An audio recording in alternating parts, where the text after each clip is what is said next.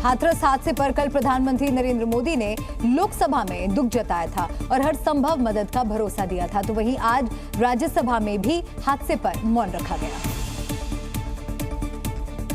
राज्यसभा की कार्यवाही शुरू होते ही सभापति ने इस बात पर दुख व्यक्त किया है और 1 मिनट का मौन रखा। Several devotees lost lives in a stampede that broke out at a religious event at Hathras in Uttar Pradesh. The loss of precious lives and injury to helpless persons in this tragic incident is indeed painful and unfortunate. All necessary steps are being taken to provide medical aid to the injured, and authorities have set up a committee to investigate the matter.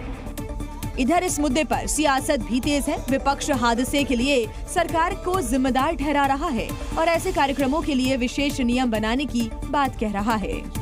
जानकारी सरकार के पास थी, उसके बावजूद भी सरकार को जो इंतजाम करना चाहिए था वो इंतजाम नहीं किया है। इस लापरवाही की वजह से जो जाने गई हैं उसकी जिम्मेदार सरकार है। और खुद को बाबा बताने वाले सूरजपाल उर्फ नारायण साकार हरि में धर्म गुरुओं वाले लक्षण बिल्कुल नहीं थे। स्वैग के साथ रहने का आदि भोला बाबा के बदन पर भगवा चोला नहीं होता था, बल्कि वो एकदम टिप टॉप यानी स्टाइलिश अंदाज में रहता था। पूरी तरह सूट बूट में उसका प्रवचन होता था। ऊपर से नीचे तक सफेद पहनावा उसका लिबास था। बाबा मंच पर सोफे पर बैठकर जब प्रवचन देता था तो उस दौरान उसकी आंखों पर महंगा चश्मा होता था। इतना ही नहीं, बाबा को महंगी घड़ियों का भी शौक था और उसकी कलाई में हमेशा गोल्डन घड़ी बंधी रहती थी।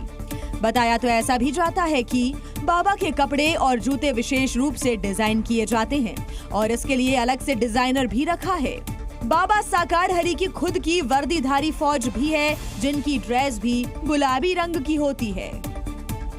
बाबा का सत्संग जहां भी होता है, बाबा का सिक्योरिटी गार्ड खुद उनके साथ होते हैं और बाबा के सिक्योरिटी गार्ड को नारायणी सेना भी कहते हैं और इसमें महिलाएं और पुरुष दोनों होते हैं, लेकिन इनका वर्दी गुलाबी रंग का होता है।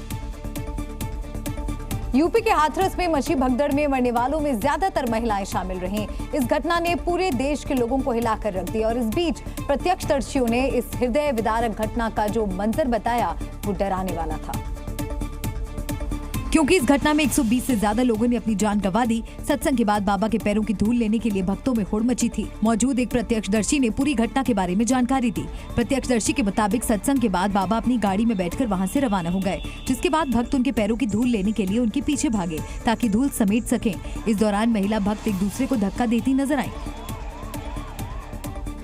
जैसे वो बाबा की गाड़ी गई है ना, तो उनके बाबा साहब के पायन की धूल लेने के लिए ये औरतें सारी मतलब भागी हैं।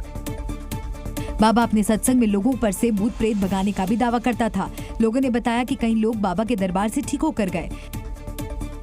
हट चल यहाँ से, तू जहाँ मस्जिद जा, मंदिर जा, हमारे सत्संग में आने की जरूरत नहीं। उसके बाद वो चले जाते थे, ठीक हो जाते। बताया गया कि बाबा नारायण सरकार ने भ्रम फैलाकर लोगों को अपनी जाल में फंसाया और लोग भी बड़ी आसानी से उसके जाल में फंसते गए।